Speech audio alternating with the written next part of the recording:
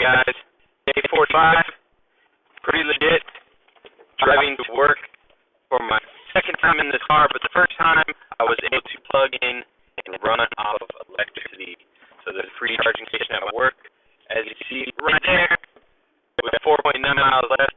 This is basically like tip your toe in version of a plug-in, right? So the Prius plug-in has a range of between 12 and 13 miles. Not a lot. Trust me, I know. Not a lot. My commute to work is about 12 or 13 miles. So I charge home and charge at work for free. So in theory, I nearly drive just on electricity, which is pretty cool. I was just driving to from work, right? So my commute from work will be in theory about 90 to 100% on electricity, depending on how I actually drive. So, I mean, it's quite an achievement in my life. I feel like being a big boy, you know. It's not going to make a difference to the world. It definitely makes a difference to me, personally, right? So, with current gas prices, 25 miles-ish, constitutes about $2, right? So every single day, I can save about $2 worth of gasoline, $2 of gasoline that I'm not using, instead of costing about 50 cents on electricity at my house. Maybe like 30 cents on electricity at my house, and then free at work. So, I mean, cool. You're not changing the world. You're not saving a ton of money. Around $1.70 a day, I will save by using electricity instead of using gasoline. But it's just my little way to dip my toe into the new world we live in. I think it's really important to live at a time where it is important to recognize where we are as a globe and the resources that are available. So, with the current, I mean, you can look this data up. With the current known oil reserves and the current processes that we extract oil from the earth with, some of which are pollutant, probably should be dead anyways. With those current methods and the current known reserves and the current demand, there is about 40 years worth of oil left on the planet. 40 years worth of oil. So, whether we like it or not, I'm not necessarily anti or pro climate change and human involvement. I tend to lean more in the middle.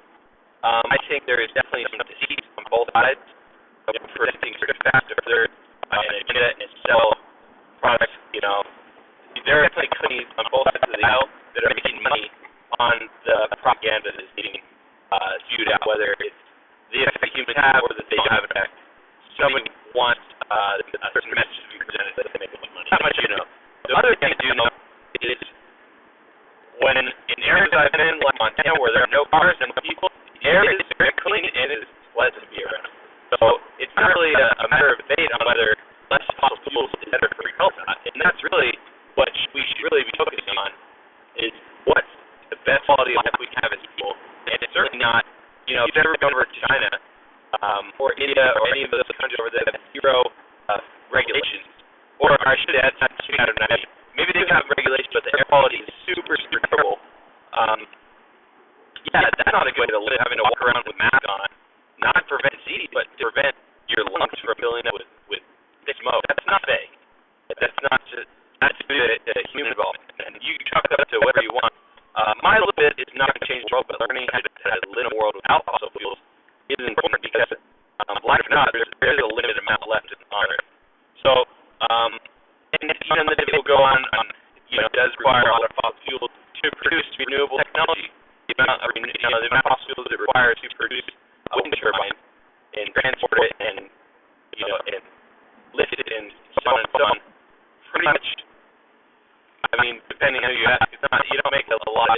It's just a small fraction of carbon offset, really, by the end of the day. But, like it or not, that's the world we live in. We have to be conscious of the fact that oil is not an emerging technology. It's a dying technology because there is much, there's a limited reserve left, and I think the more we can be conscious of that and make a little bit of change in our lives so that we can be prepared for a world without oil, the better. So this is my version of that.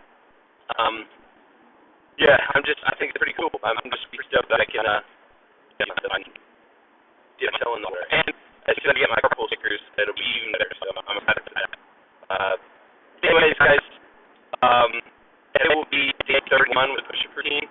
Before I do my push-ups, I want to do a second video today and just show the before and after, and show you how I've come or I don't know. You can make that decision. 30 days.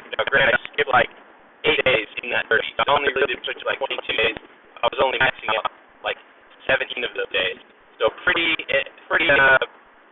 The skill side probably isn't as big as it could be. But what I have done along with that is I have made sure that I drink 100 ounces of water every single day. I've not missed one day drinking 100 ounces of water. Not a single day since the beginning of the year. So this is 45 days of the year. I am around 215 right now, and I started at 226, and I was 226. So I guess I've made a tangible change in my life. Whether I've worked out hard enough for that to show or not is open for debate. But I feel super good about what's going on. So, anyways, this is part 1 for today. I'll be home, and I'll show you my data from the entire 3-day log, as well as physical body report, and you can see how it is. So, thanks for watching. God bless. Have a good one.